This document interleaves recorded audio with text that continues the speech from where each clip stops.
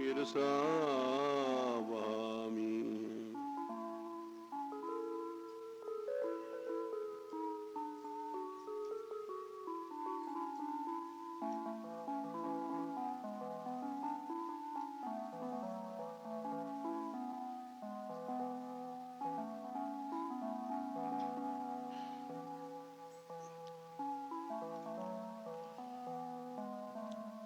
श्री राधा रानी वृषभानंदिनी के चरणारविंद,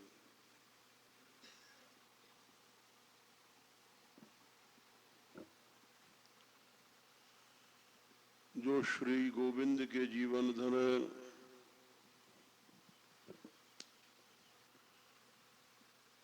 और आश्रित के लिए अनवरत रूप से उस प्रेम की वर्षा करते हैं जो शुद्ध प्रेम का सार मकरंद और उसका भी सार है।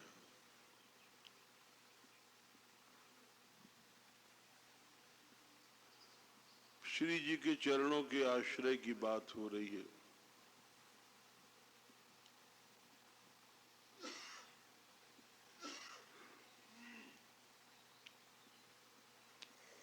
जिन चरणों का आश्रय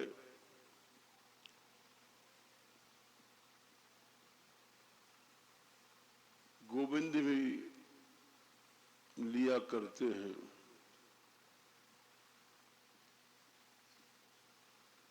औरों की तो बात ही क्या है।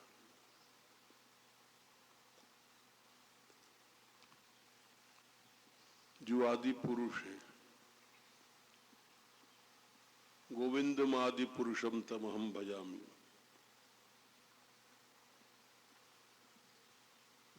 निर्विकार निराकार निरीह ब्रह्म सत्ता भी जिनके अंग की प्रभा ही है। यस्य प्रभा प्रभवतो जगदंड कोटि कोटि शेष वसुधादि विभूति भिन्नम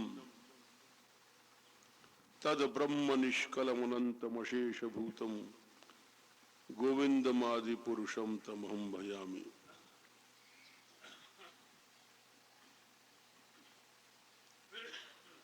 अनंत ब्रह्मांडों में जो निर्विकार अक्षर अविनाशी सत्ता ब्रह्म सत्ता है, वो भी जिन श्री गोविंद की अंग प्रभा ही है।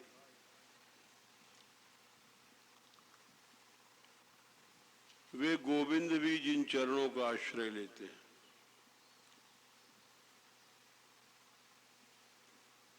आश्रयिनी गोविंद जीवन धर्म। रसिक लोग कहते हैं कि वे श्री गोविंद के जीवन धन है। ऐसा अधिकतर आचार्यों ने रास पंचाध्यायी के प्रारंभ में टीका में लिखा है। रास के प्रारंभ में श्री कृष्ण आश्रय करते हैं रासेश्वरी राधिका का, वहां पर योग माया शब्द आया है। भगवान पिता रात्रि ही शरदोत्फुल्ल मल्लिका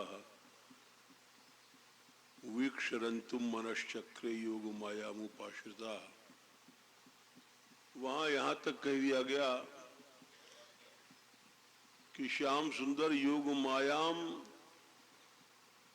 अधिकरणत्वेन सप्तमी है, और उस अधिकरणत्वेन सप्तमी में उन्होंने श्री राधिका रानी का आश्रय किया। अधिकरणत्वेन सप्तमी से मतलब श्री राधिका ही आधारभूता है। बोले कैसे? बोले योगमा, योगा चासो मां, योगमा। योगमा कहते हैं श्री जी को। जिनका अविच्छिन्न भाव से श्री कृष्ण से संबंध है, उस योगा चासौ माँ, माँ माने प्रेम लक्ष्मी और योगा माने नित्य संयोग को प्राप्त। तो ऐसी जो योगमा है उनका सप्तमी में रूप बनता है योगमायाम। आदंत शब्द जितने होते सप्तमी में उनका युग का आगमन होकर के योगमायाम उपाश्रितः आधारत्वेन उपाश्रितः, वो श्री कृष्ण की भी आधारभूता कौन है? वही तो हैं।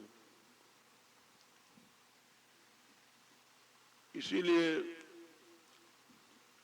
गोविंद जीवन धन कहा।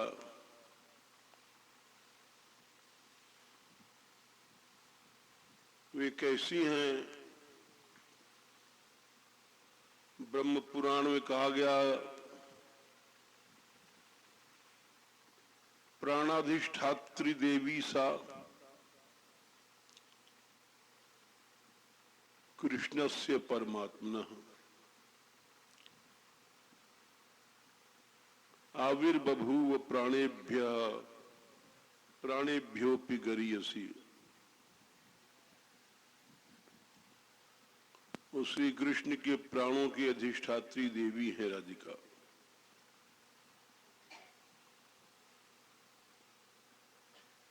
बोले तो इससे क्या वो शाक्तमत हो गया क्या?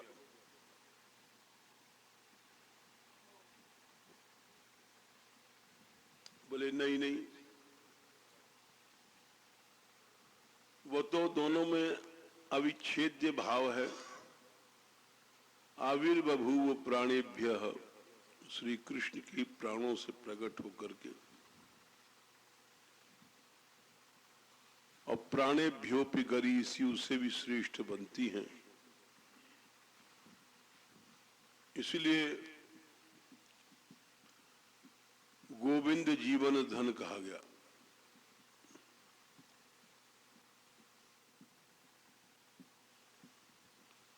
अनादिकाल से दोनों का युगपद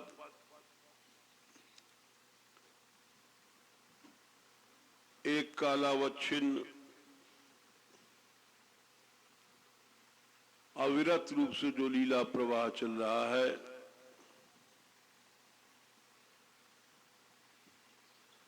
वो अनादि होते हुए भी नित्य नवीन है।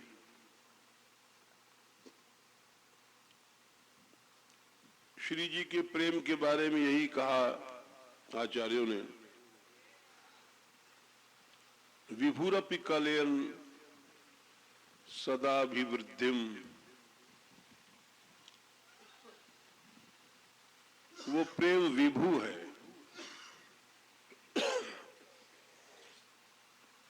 सबसे बड़ा है।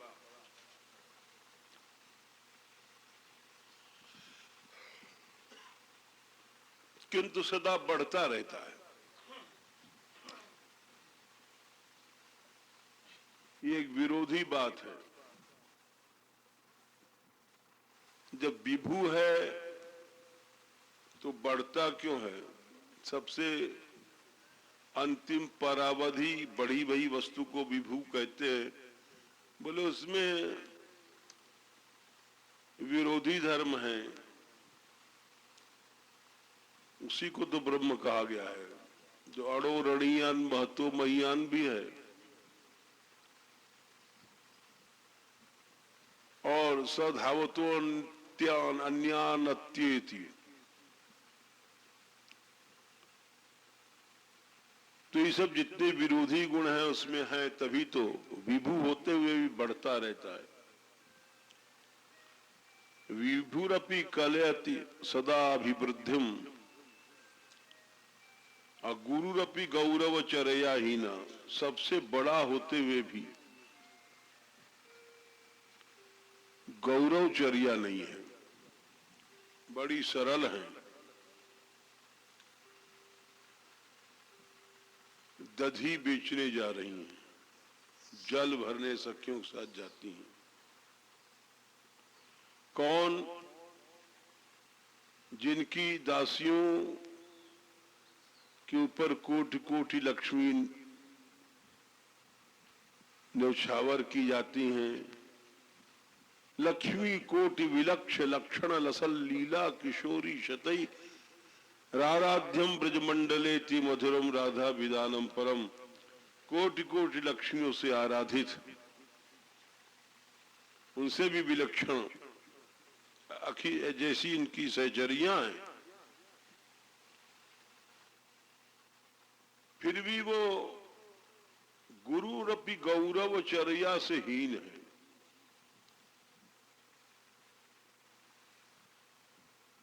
ये विलक्षणता है। मूरुपचित वक्रमापि शुद्धो, प्रतिक्षण वहां मान होता है, मान वक्रता है, टेढ़ी गति,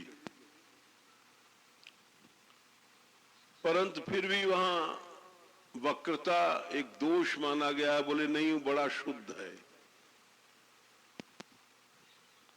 मुहुरुपचित वक्रमा अपि शुद्धो जयति मुरद्विषी श्री राधिका अनुराग। ऐसी राधिका रानी है। और इसीलिए श्री जी को उनका जो प्रेम है विभू कहा गया, और उस प्रेम का आश्रय करते हैं श्री कृष्ण। जैसा हमने भागवत से प्रमाण बताया, उनका आश्रय करने के बाद फिर महाराज का प्रारंभ होता है।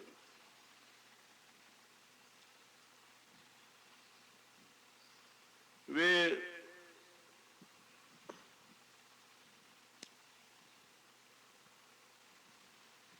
इसी गहवर वन में जब नंदलाल आते हैं तो श्री राधिका का अन्वेषण करते हैं, ढूंढते हैं। और ढूंढते ढूंढते जो सहचरी और सखी जन हैं, वो श्री जी की गुरु भी हैं, श्री जी की शिष्या भी हैं। एक विचित्र संबंध है। भगवत रसिक जी लिखा है, हम गुरु श्यामा श्याम के, हम शिष्य श्यामा श्याम।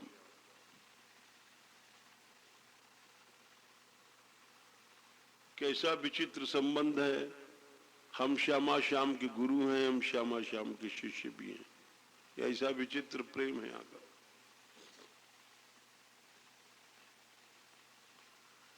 तो सहचरीगण जो मान की शिक्षा दिया करती हैं, श्री जी को सिखाती हैं। और बड़े विलक्षण भाव से सिखाया करती हैं। वो सिखाती हैं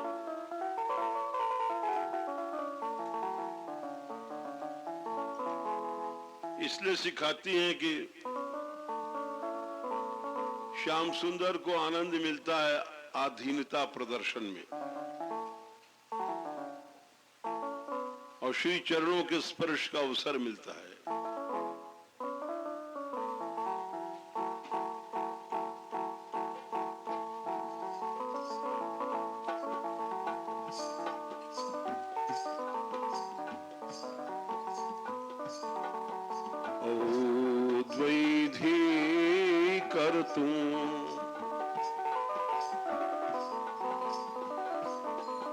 कृतिभिरनुरागामृतरसौ प्रवाहै सुस्निग्धैः कुटिलरुचिरश्याम उचिता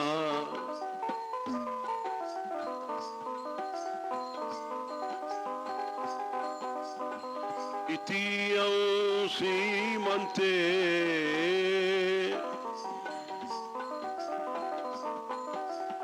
नवरुचिर सिन्दूररचिता सुरेखा न प्रख्या पयितुमिव राधे विजयते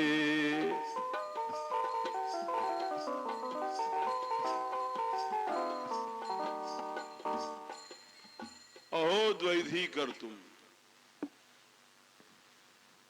श्री जी से सहचरियां शिक्षा दे रही हैं।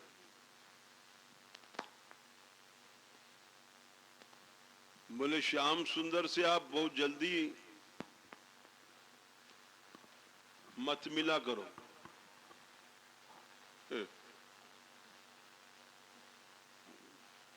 क्यों? बोले यही तो है, आप भोली ज्यादा हैं।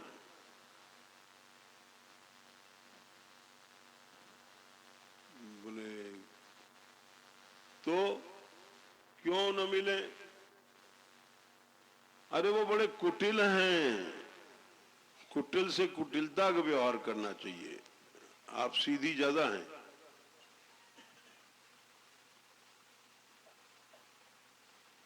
तो बोले कि श्री जी चुप रही।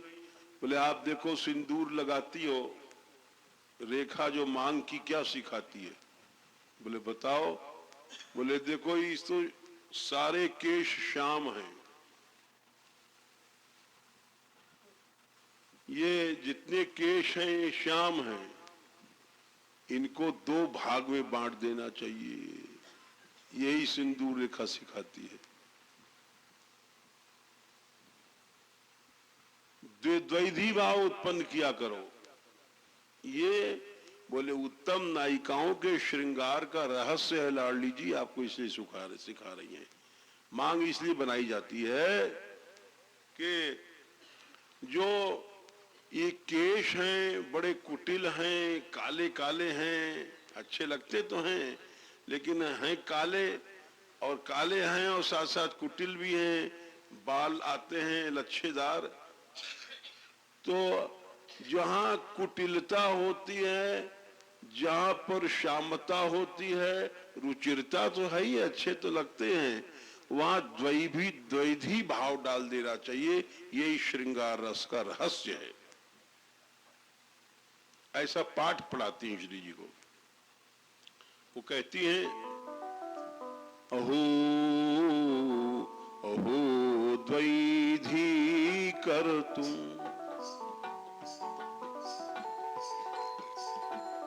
द्वैधी भाव दो भागों में विभक्त कर दो।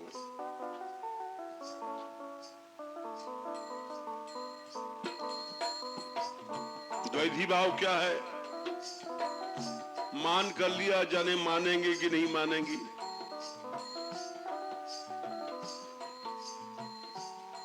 देखो शायद मान जाएं, हां भी और ना भी दोनों चल रहा है, द्वैधी भाव है।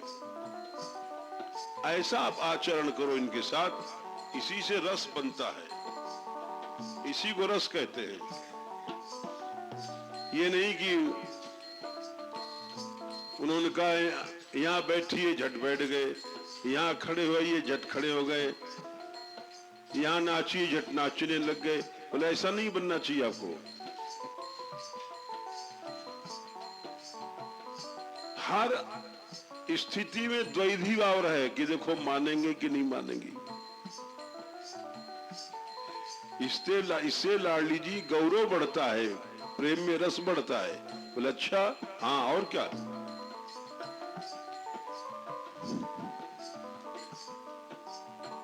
अहो द्वैधी कर तू कृति भीर अनुरागा अमृत रसव। तो श्री जी बोली ये कोई अच्छी बात है? बोले हाँ, कृति भी जो पुण्यशाली लोग हैं वही ऐसा किया करते हैं। कृति बने पुण्यशाली, तो ये तो टेढ़ापन है, हम भी टेढ़े बन जाएं? बोले नहीं, अनुरागामृत रस प्रवाह से, अनुराग के रसामृत प्रवाह से उनको दो भागों में द्वैधी भाव कर देना चाहिए, इसे अनुराग बढ़ता है। अच्छा, हो द्वैधी कर तुम कृति भी अनुरागामृत रस प्रवाह। बोले रस का प्रवाह है मान, सुस्निग्ध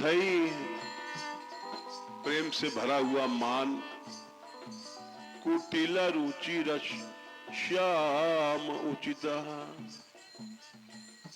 बोले जो कुटिल है श्याम, आप देखो ना, तीन जगह से टेढ़े हैं, जब खड़े होते हैं तो टेढ़े हैं, सब काम इनका टेढ़ा है, छलियां हैं, झूठ बोलते रहते हैं, कहीं कोई चीज चुरा लेते हैं, कहीं कोई चीज चुरा लेते हैं। तो वो रसिक शेखर बोले जाते हैं, और रसिक शेखर के को यदि आपने द्वैधी भाव नहीं किया तो फिर लाडली जी रस नहीं बनेगा। उचित यही है, कुटिल रुचिर श्याम उचित। उचित यही है कि जो रुचिर है तो कन्हैया बड़ा सुंदर, लेकिन श्याम तो है ही है। अच्छा, और कुटिल तो है ही है वे, ये तो आप मानती, सारा ब्रज मानता है। ओ द्वैधी कर तुम कृति विरागामृत रस प्रवाह सुस्निग्धई कुटिल रुचिर श्याम उचित इतियम सीमंते। ये सीमंत में मांग रेखा जो है सिंदूर की, नव रुचिर सिंदूर रचिता। देखिए लाल सिंदूर क्यों है? ये अनुराग का प्रवाह है लाल। ये लाल अनुराग का प्रवाह ही काले बालों को दो भाग में विभाजित करता है, इसीलिए तो केश अच्छा लगता है, मांग अच्छी लगती है भरी भरी, और इससे रस की वृद्धि होती है। ये प्राचीन श्रृंगार की बातें हैं। आजकल तो श्रृंगार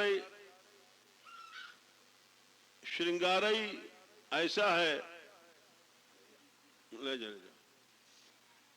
आज का तो श्रृंगार ऐसा है कि पता ही नहीं पड़ता है कि ये मिस्टर हैं कि मिस हैं। फुल पैंट पहन के चले आ रहे हैं या चली आ रही हैं। आजकल का तो है ऐसा ही, पता ही नहीं पड़ता है कि वो न आगे से न पीछे से, ऐसा वो कहना चाहिए एडल्टरेशन, मिलावट सब जगह जो चल गई है, वो उसी तरह से ही श्रृंगार ही नहीं रहा।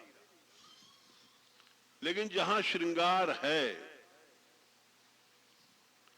उचित वेश नायिका का, नायक का उचित वेश,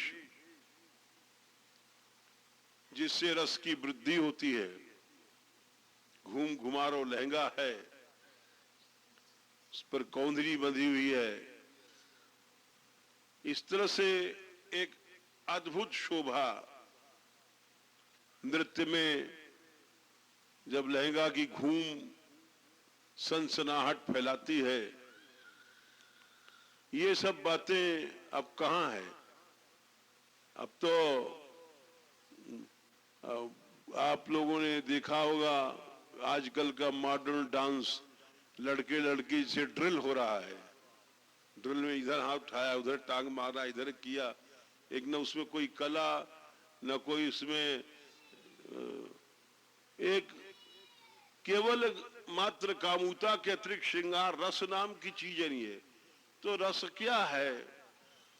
इसी तरह से कुटिल रुचिर श्याम को रस में विभाजन करने के लिए हे लाडली जी आप मान करो। और उस मान से श्री श्याम सुंदर की इच्छा पूरी होती है। क्यों होती है? पादस्पर्श रसोत्सवम, बड़ी मार्मिक बात है। रसिक लोग लिखते हैं कि मान क्यों होता है। ये दुनियावी वाला मान नहीं है जैसे घरों में लड़ाई होती है, उनका चाय बना लाओ, नहीं बना पाई, चाय भी नहीं मिल पाती सवेरे सवेरे, क्या घर में कैसे से पाला पड़ गया, चाय सवेरे चाय भी नहीं मिलती है। तो अरे तो अपने आप बना लो।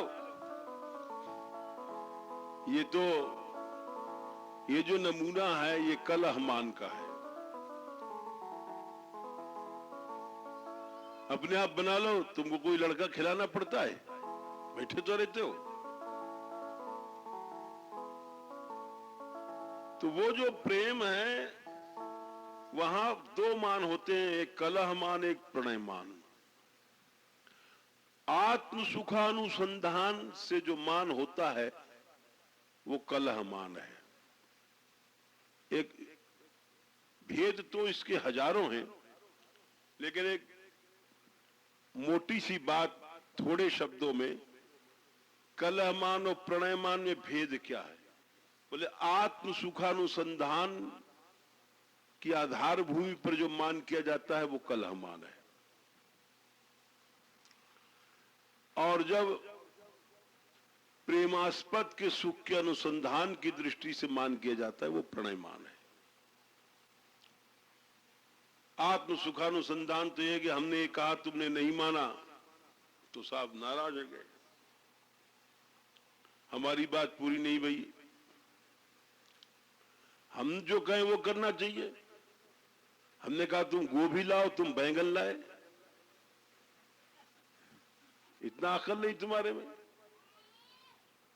तो इसलिए मान हो गया। तो गोभी हमने कहा था, तुम बैंगन उठा लाए। तो ये आत्म सुखानुसंधान, उसको गोभी अच्छा लगता था और पतिदेव का को बैंगन अच्छा लगता था। वो अपनी रुचि के हिसाब से बैंगन लाए और वो अपनी रुचि के हिसाब से करी, गोभी लाओ, गोभी टमाटर करेंगे। तो जो आत्म सुखानुसंधान के कारण से ये जो मान हुआ ये कलह मान है अपने सुख की दृष्टि से। और जब प्रियतम सुखानुसंधान के लिए मान किया जाता है तो वो प्रणय मान है। तो ये प्रणय मान, ये उनके सुख के लिए किया जाता है। उनका सुख क्या है? बोले मान करने में भी कोई सुख है? बोले हाँ,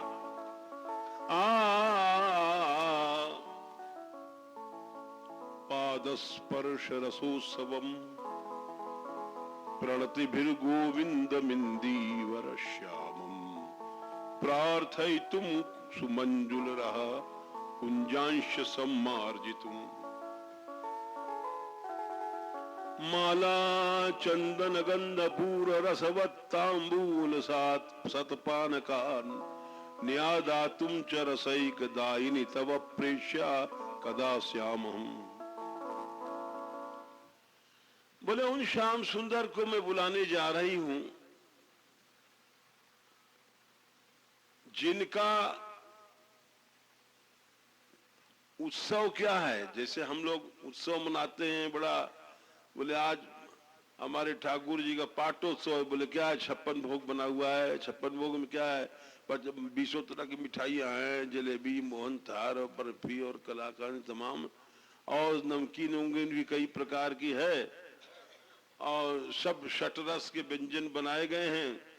तो बोले पाटोत्सव है हमारे यहाँ, उत्सव में विशेष आनंद आता है, खूब चकाचक घोटो और आओ बजाओ।